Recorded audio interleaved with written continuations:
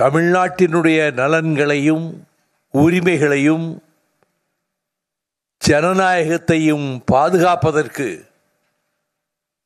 ஒரு பேராபத்தான ஒரு சூழ்நிலையை எதிர்கொள்வதற்கு ஜனநாயகத்தினுடைய ஆணிவேரையே அறுக்கக்கூடிய வேளையில் மத்திய அரசினுடைய ஏவுதலில் தேர்தல் ஆணையமே முனைந்திருக்கக்கூடிய இந்த நேரத்தில் கருத்துக்களை ஆலோசனைகளை பெற்று அதன் அடிப்படையிலே ஒரு தீர்மானத்தை நிறைவேற்ற வேண்டும் என்று நீங்கள் முடிவெடுத்திருப்பது வரவேற்கத்தக்கது. ஆனால் ஆட்சி பொறுப்பிலே இருந்த கட்சியும் அதை போல இன்னும் சில கட்சிகளும் அமைப்புகளும் இந்த நிகழ்ச்சியிலே கலந்து கொள்ள வேண்டிய கடமையை செய்யாமல் அதற்கு நேர் எதிரான விமர்சனங்களை 2 நாட்களாக செய்தி ஏடுகளுக்கு தந்துவிட்டு இதை புறக்கணித்து விட்டார்கள் என்பது மிகவும் வருத்தத்துக்கு உரியதாகும்.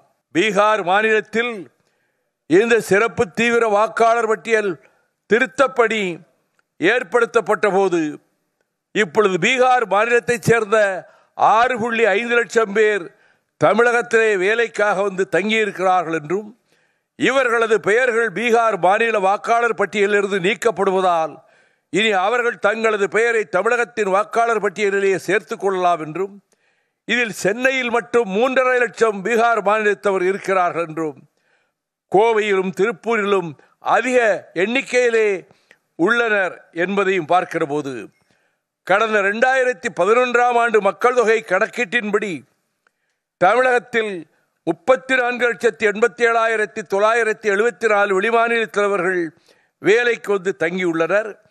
தற்போது 14 ஆண்டுகளில் இந்த எண்ணிக்கை இரட்டிப்பாகி இருக்கும். இந்நிலையில் நாடு முழுவதும் சிறப்பு தீவிர வாக்காளர் பட்டியல் திருத்தப்பணிகள் முடிந்துவிட்டால் தமிழகத்தில் தற்போதுள்ள வெளிமாநிலத்தைச் சேர்ந்த சுமார் 75 லட்சம் பேர் தமிழக வாக்காளர் பட்டியலிலே பெயர் சேர்த்து வாக்களிக்கும் ஒரு அபாயகரமான நிலை உருவாகலாம். தமிழ்நாட்டை குறிவைத்து இருக்கும் பாரதிய ஜனதா கட்சி வாக்காளர் பட்டியலிலே இத்தகைய ஏற்பாடுகளை செய்து தேர்தலில் ஆதாயமடைய முயற்சிப்பதை வேடிக்கை பார்க்க முடியாது.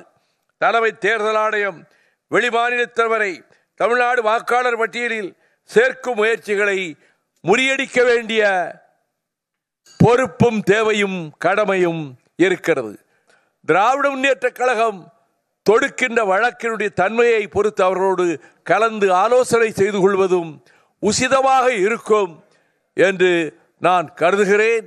நான் மீண்டும் மறுமலர்ச்சி திராவிட முன்னேற்ற கழகத்தின் சார்பில் எனது எதிர்ப்பையும் கண்டனத்தையும் பதிவு செய்து கொண்டு திமுக கழகம் மேற்கொண்டுள்ள நிலைப்பாட்டை நாம் உறுதுணையாக இருந்து தோள் கொடுத்து வெற்றி பெற செய்ய இந்த கூட்டம் அதற்கு வழிகாட்டியாக அமையட்டும் என கூறி முடிக்கிறேன். வாக்காளர் மறுசீரமைப்பு மறு திருத்தம் என்கிற முறையில் இந்திய தேர்தல் ஆணையத்தால் அறிவிக்கப்பட்டிருப்பது எவ்வளவு பெரிய ஆபத்தானது என்பது நம் அனைவருக்குமே தெரியும். அந்த அடிப்படையில் தான் இதை எப்படி எதிர்கொள்வது என்பது சம்பந்தமாக விவாதித்து நாம் அனைவரும் ஒரு ஒருமித்த முடிவுக்கு வர வேண்டும் என்கிற நோக்கத்தோடு தான் இந்த கூட்டம் என்பது இங்கே ஏற்பாடு செய்யப்பட்டிருக்கிறது. மக்களுடைய உரிமைகள் எப்படியெல்லாம் பாதிக்கப்பட இருக்கிறது, வாக்குரிமை எப்படி பறிக்கப்பட இருக்கிறது என்பது சம்பந்தமான ஒரு விழிப்புணர்வை ஏற்படுத்துவது என்பது ரொம்ப ரொம்ப அவசியம். தமிழ்நாடு போன்ற ஒன்றிய பிஜேபி அரசினுடைய மாநில உரிமைகளுக்கு எதிரான அல்லது மக்கள் உரிமைகளுக்கு எதிரான எல்லா பிரச்சனைகளையும் வலிமைக்க எதிர்ப்பு கருத்துக்களை நாம் தொடர்ந்து வற்புறுத்தி வந்திருக்கோம். நம்முடைய எதிர்ப்பை வலிமையாக பதிவு செய்து வந்திருக்கிறோம். ஏதாவது ஒரு வகையில் ஒரு குறைந்தபட்சம் ஒரு கண்டன ஆர்ப்பாட்டம் என்கிற முறையிலாவது ஏதாவது ஒரு போராட்ட நடவடிக்கையில் மக்களை ஈடுபடுத்துவது என்பதும் மார்க்சிஸ்ட் கம்யூனிஸ்ட் கட்சியின் சார்பில் கேட்டுக்கொள்கிறேன்.